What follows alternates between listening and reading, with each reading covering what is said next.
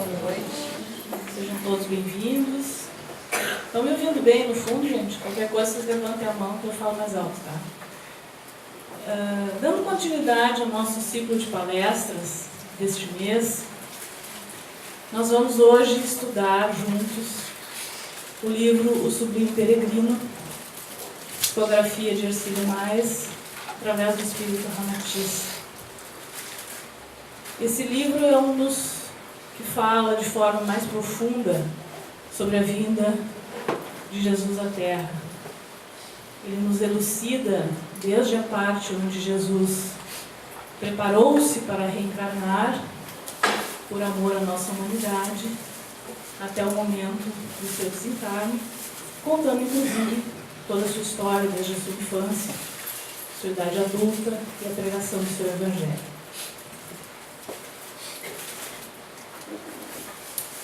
E hoje nós vamos estudar juntos o capítulo 23, Jesus, seus milagres e seus feitos.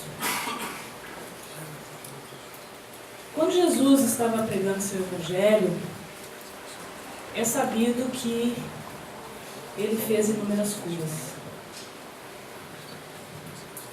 E não era ele que ia de encontro aos enfermos e se oferecia para a cura. De forma nenhuma. Eles que procuravam, que vinham, suplicavam, pediam. Alguns pediam por si mesmos, outros pediam por outro. Então, no seu Evangelho, em várias literaturas, existem várias passagens que narram essas curas. Mas o que nós vamos conversar é a energia de Jesus, a sua vibração, o seu amor, o seu imenso amor pela humanidade que nós ainda não conseguimos conceber, imaginar ou sentir como seja isso. Quando Jesus ele assinalava a confiança nos olhos súplices dos enfermos, Jesus olhava profundamente, olhava para a alma daquela pessoa a qual ele ia curar. E ele envolvia essas pessoas com as ondas do seu magnetismo amoroso. Ele sabia o que se passava na alma e no coração de cada enfermo. Quando ele fazia isso, ele germinava dentro dessas pessoas uma força imensa que transformava essas almas. Por isso elas diziam: Senhor, eu acredito e eu quero. E através da ativação desse poder da vontade emanado daquele que buscava a cura, em busca do curador, quando essas duas energias se juntavam, fazia-se então aquilo que nós chamamos de milagre. Mas não é milagre, é a autotransformação do ser. A centelha divina de cada um, que era ativada pelo imenso amor de doação, o amor que não julga, mas que orientava, porque quando curava dizia: a tua fé te curou, vá e não peques mais para que não te aconteça coisa pior. Ou seja, não volta a acalentar no centro do teu coração e da tua mente aqueles pensamentos enfermiços ou a má conduta a qual te tornou enfermo da alma. E nós continuamos enfermos da alma nos dias de hoje. Todos nós. Por isso que nós aqui estamos na Terra nesse momento. Que o nosso planeta passa por tanta dificuldade, por tanto desamor, por tanta dor. Mas seguindo nessa cura, neste gesto de Jesus, essas pessoas entravam num turbilhão de energias benfazejas emanadas por ele. E o que acontecia? junto aos gritos de júbilo, desatavam-se os músculos rígidos ou se ativavam os nervos flácidos. Desentorpeciam-se membros energizados e enrijecidos, enquanto as correntes vitais purificadoras regeneravam todo o sistema orgânico daquela pessoa, restituindo, desta forma, a vista aos cegos, refazendo as cordas vocais nos mudos, sensibilizando os sistemas auditivos, desatrofiando tímpanos, curando surdos. A influência excitante e criadora que o olhar do faquir exerce sobre a semente enterrada no solo para obrigá-la a dinamizar suas energias ocultas e a crescer apressadamente, é a mesma energia que Jesus exercia através do poder assombroso e dinamizador do seu olhar. Um corpo chagado tornava-se limpo no prazo de alguns minutos, sob o energismo incomuns que o mestre projetava na alma e no organismo daqueles enfermos. Então acho que era impossível ver Jesus estar na sua frente e não se sensibilizar com ele. Por isso que durante todo o seu evangelho, ele costumava dizer, era para quem tinha olhos de ver e ouvidos de ouvir.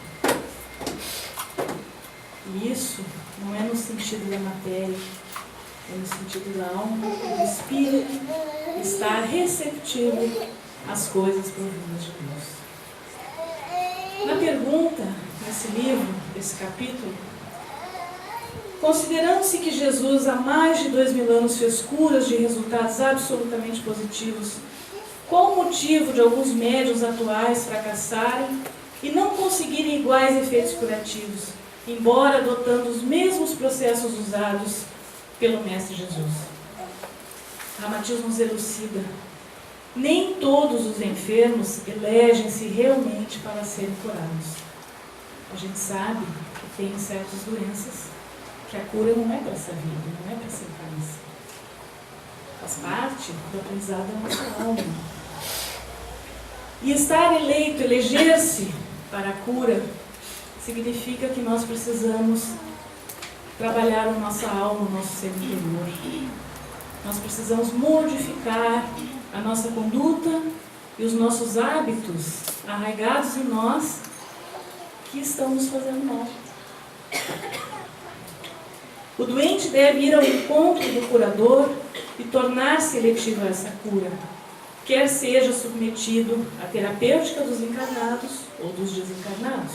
Precisamos fazer os tratamentos, pois ela depende de maior ou menor eclosão das energias de ambos, do enfermo e do curador. Como eu falei antes, quem vinha ao encontro de Jesus vinha com o coração aberto para receber. Então havia aquela transfusão de energias benfazejas. Eu quero, eu tenho sede, eu preciso, eu recebo. E Jesus, como doador de amor, fazia a transformação. Tal fenômeno se opera mais propriamente no plano espiritual e não carnal. É uma forma que a gente não conhece muito, é uma de consciência física, cuja atitude positiva da fé que transporta montanhas é a verdadeira chave para se abrirem as comportas das energias latentes na alma humana. Já foi feito pesquisas pela ciência de que aquelas pessoas que estão em tratamento médico prolongado, que têm o hábito da oração, da meditação, curam-se. E aquelas que ficam somente nos tratamentos convencionais têm maior dificuldade. A cura rápida e incomum, ela não constitui milagre nem mistério. Ela é fruto de uma série de circunstâncias de caráter moral e espiritual, cujo sucesso depende também do amor sincero e desinteressado. Vá e não peques mais, para que não te aconteça coisa pior. Quando as adversidades batem na nossa porta, é imperioso que a gente reflita: por que isso está acontecendo comigo? Onde foi que eu errei? Que brechas eu estou abrindo? O quanto eu estou sendo teimoso com determinadas situações? Quanto muro em ponta de faca estou dando? Nós não fazemos essas perguntas. Nós achamos que nós somos vítimas e que aquilo não poderia estar acontecendo conosco. Mas se está, é para a nossa transformação. É fruto da conduta dos hábitos que nós temos arraigados dentro de nós. Às vezes a gente vai em busca de um passe espiritual, de um atendimento, de uma ajuda,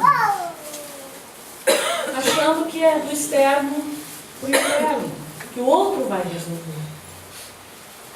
Então as entidades que nos assistem, os benfeitores espirituais amorosos, eles vão nos aconselhar, vão nos auxiliar, mas eles não vão mudar conceitos, crenças e valores que estão arraigados dentro de nós.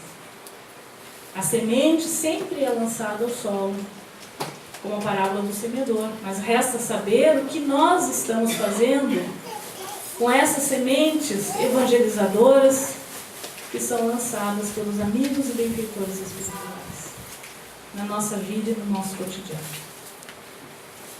Fica para a nossa reflexão. O que nós estamos vindo buscar? O que nós realmente estamos, nesse momento da nossa vida, necessitando?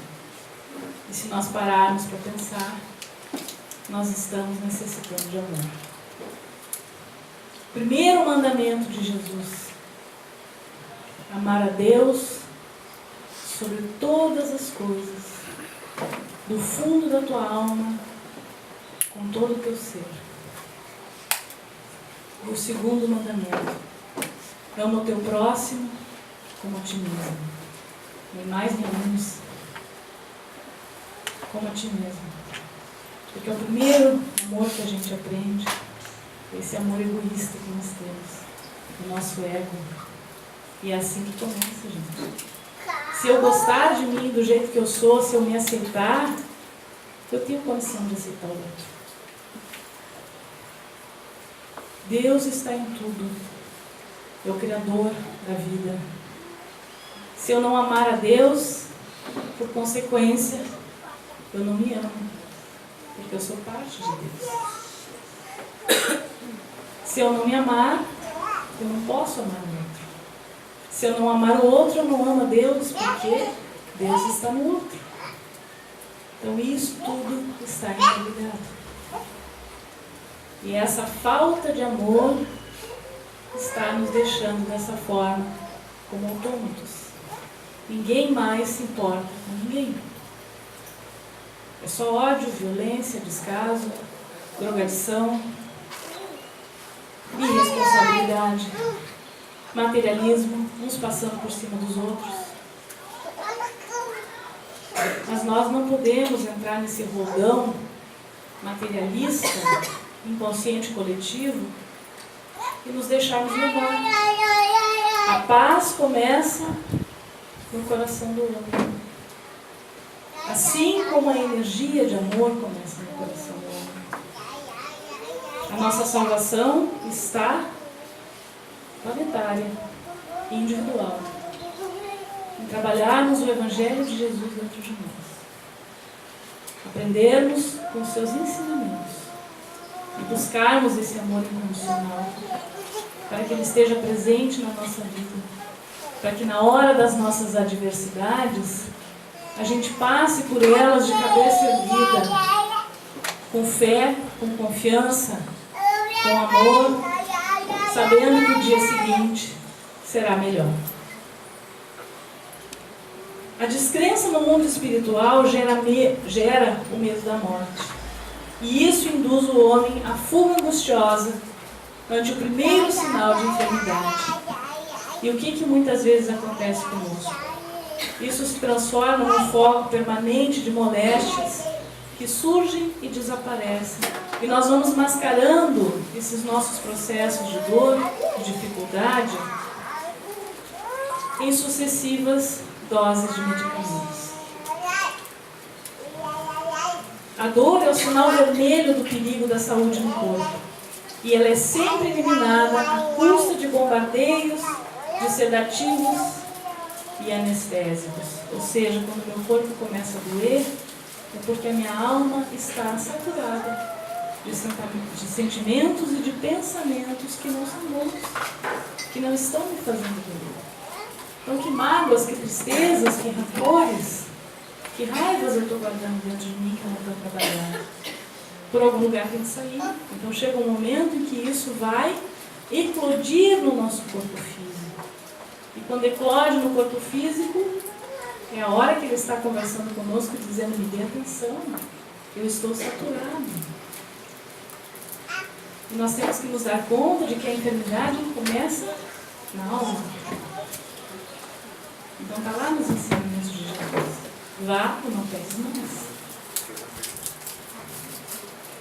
As curas materiais que Jesus realizou serviram apenas para comprovar a força do Espírito Eterno, mas sem alterar a lei do karma, a qual determina que cada um vai colher sempre conforme tiver semeado. Jesus curou as criaturas que também se libertaram de suas mazelas morais, graças ao estado da fé criadora e pureza das suas intenções. Enfim, as que foram espiritualmente ao seu encontro, sem quaisquer desconfianças, mas sob propósitos para uma vida digna e amorosa. Na outra parte desse livro, Ramatiz nos fala sobre Jesus, sobre a sua pessoa. E ele diz que era imenso o poder verbal de Jesus, pois impressionava profundamente as criaturas que lhe bebiam as palavras como um néctar dos deuses. Jamais poderíamos esquecer a veemência e a fé com que Jesus anunciava os seus ensinamentos, que naquela época ainda eram prematuros e arrojados aos judeus que eram, naquela época de Jesus, subordinados ainda à crença dogmática mosaísta. Agora, aqueles que eram da Galileia, que eram considerados na época um povo rude e ignorante, eram dotados de sentimentos compassivos. Sublimavam-se ante a prédica do seu querido Rabi, pois ele realmente vivia em si mesmo aquilo que ensinava. Não era um sistema político, não era filosófico, era uma doutrina moral e religiosa, que tocava o coração e pedia a aprovação do sentimento, muito antes do raciocínio da mente. Então, se ele tocava o coração pelo sentimento, antes do raciocínio mental, só pode nos passar a ideia de que a sua voz seria como uma brisa suave que perpassava os corpos e ia direto ao coração, transformando as consciências. Fica para nossa profunda reflexão que a descida do Mestre Jesus à Terra foi apenas uma fase na qual ele se ajustou por amor ao nosso mundo. reduzindo o padrão de suas funções angélicas, para desempenhar com sucesso absoluto a sua missão de Salvador da humanidade. Jesus foi o anjo bendito do Senhor, o Espírito mais excelso, que após vibrar na pura luz, aceitou de bom grado adensar-se novamente, criar um corpo de carne e vir num descenso vibratório pesado, difícil, criar novamente um corpo de carne, poder circular no meio da humanidade ainda embrutecida e ignorante da época, caminhar no meio desse povo todo, sem contaminar-se, como ele mesmo deixou dito, que a gente estava no mundo, mas não era desse mundo, tinha que viver dessa forma. Então, através da ordem sideral, Jesus dobrou suas asas por amor à humanidade e veio. Veio e deu seu testemunho, imolando-se na cruz para que a humanidade não fizesse mais sacrifícios com sangue de todas as ordens. E passam-se mais de 2000 anos, já estamos em 2012 anos do seu ensinamento, da sua vinda, da sua doação. E nós ainda estamos aqui apegados às coisas da matéria, vivendo com medo, assustados, no meio de um desamor, no meio de uma violência, no meio de um descaso, como se isso não fosse importante. Às vezes a gente olha e fala sobre o Evangelho e a gente vê que as pessoas ficam amuadas. Evangelho novamente? Mais uma vez eu vou ter que ouvir isso. Jesus de novo? Mas, gente, Ele é o caminho, a verdade e a vida. Ninguém vai ao Pai senão por Ele. A nossa mônada, a nossa centelha divina não vai reavivar enquanto nós não aprendermos a aceitar Jesus na nossa vida, no nosso coração. Enquanto nós não entendermos que esse amor imenso que desce do cosmos, do centro cardíaco dele em nossa direção, é a cura da nossa vida, é a paz do nosso coração. Quando nós pudermos sentir esse sopro, essa vibração maravilhosa que vem dele, nós vamos entender que nós não precisamos temer nada nem ninguém. Que nós estamos no porto seguro desse coração que ama, que nos espera, que não exige absolutamente nada de nós. Só pede que a gente ame uns aos outros, que a gente tenha mais compaixão, mais misericórdia, mais serenidade. Nós não podemos esquecer que o trinco da porta do coração é de dentro para fora, não é de fora para dentro. Quando eu estava estudando essa palestra, eu fui pesquisar novamente Pedro e Jesus. Pedro, quando Jesus foi preso, Pedro negou Jesus 3 vezes antes do galo cantar,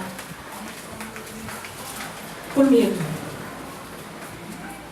Se o Rabi, que Pedro tanto amava, que só havia feito boas obras, estava preso, o que sobraria para ele? Então, sem pensar naquele momento em que ele foi justamente interpelado por outro, eu ouvi, você estava com ele? Não, eu não. Não era eu, era outro. Na terceira vez em que ele foi interpelado e que ele respondeu não, o galo cantou e Jesus olhou para Pedro. E Pedro caiu em si. Depois da crucificação, Jesus veio ter com seus discípulos algumas vezes, em corpo de luz, para mostrar para eles e para nós que a vida continua, que o Espírito é imortal e que seu reino não é desse mundo. E Jesus, sentado junto com eles, conversando, olha para Pedro e diz: Pedro, tu me amas? Amo, Jesus. Sabes que eu te amo. Jesus olha novamente e diz: Pedro, tu me amas? Te amo. Sabes que sim. E pela terceira vez: Pedro, tu me amas? E Pedro chora e diz: Senhor, sabes que eu te amo mais do que tudo. Então, apacenta as minhas ovelhas. Se tu me amas, apacenta as minhas ovelhas. Apacentar significa alimentar, nutrir, apaziguar. Ele deixou dito, durante sua passagem pela terra, que nenhuma de suas ovelhas perderia-se do seu rebanho. E nós somos essas ovelhas. E se nenhuma ovelha vai ficar perdida do seu rebanho, resta-nos apacentar o nosso coração. Resta-nos nutrir e alimentar a nossa vida, o nosso coração, o pão da alma, o pão da vida, que é o Evangelho. Então fica para a nossa reflexão de hoje que o trinco da porta do nosso coração abre de dentro para fora. Ele está nos esperando, de braços abertos. Que Jesus nos abençoe.